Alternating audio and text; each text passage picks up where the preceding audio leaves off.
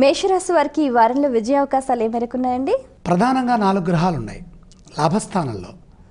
ముఖ్యంగా ఏకాదశంలో ఉన్నటువంటి రవి, చంద్ర, బుధ, కేతు గ్రహాలు. కుంభంలో ఉన్నటువంటి గ్రహాలు మేషానికి పరిపూర్ణమైనటువంటి ఫలితాన్ని ప్రసాదిస్తాయి. విఘ్నాలను అధిగమించి కార్యసిద్ధిని సాధిస్తారు. ఏకాగ్రత తప్పనిసరి. ధైర్యంగా నిర్ణయం తీసుకోవాలి. ఎటువంటి సమస్యనైనా చక్కగా ఛేదించగలిగినటువంటి సమర్థత మీలో ఉంటుంది. బుద్ధి కుశలత చాలా అధికంగా ఉంటుంది. గతం కంటే ఉన్నతమైన కాలం. ఫలితాలు సానుకూలంగా ఉంటాయి. ధనధాన్య లాభాలున్నాయి.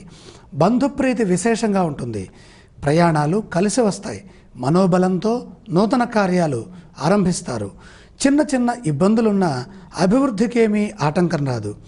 శుభవార్త శక్తినిస్తుంది. ఎప్పుడైతే ఏకాదశంలో గ్రహాలు ఉంటాయో, ఏకాదశస్థా సర్వే శుభఫలదాహ, అత్యధికమైనటువంటి విలువైనటువంటి మంచి ఫలితాలు వస్తాయి. లాభానికి విశేషం ఏంటయ్యా అంటే, అక్కడ సూర్యభగవానుడితో చంద్రుడు, బుధుడు కనుక ఉంటే అనుకూలమైనటువంటి ఫలితాలు ఎక్కువగా సాధించే అవకాశం గోచరిస్తోంది. మేషరాశి వారు పఠించవలసిన స్తోత్రాలు ఏవండి? ఇష్టదేవతా ధ్యానం చేస్తే ఏకాదశ గ్రహాలు సహకరిస్తాయి. ఆలయ సందర్శన క్రమంలో ఏ దేవీ దేవతలను దర్శిస్తే మంచిదంటారు? ఈశ్వర ధ్యానము, ఈశ్వర ఆరాధన, ఈ రెండిటితో పాటుగా పరమేశ్వర సందర్శనం చాలా మంచిది. మేషరాశి వారు చేయవలసిన దానాలు ఏవండి? ఇక్కడ పంచమ నాగదోషం ఉన్నది.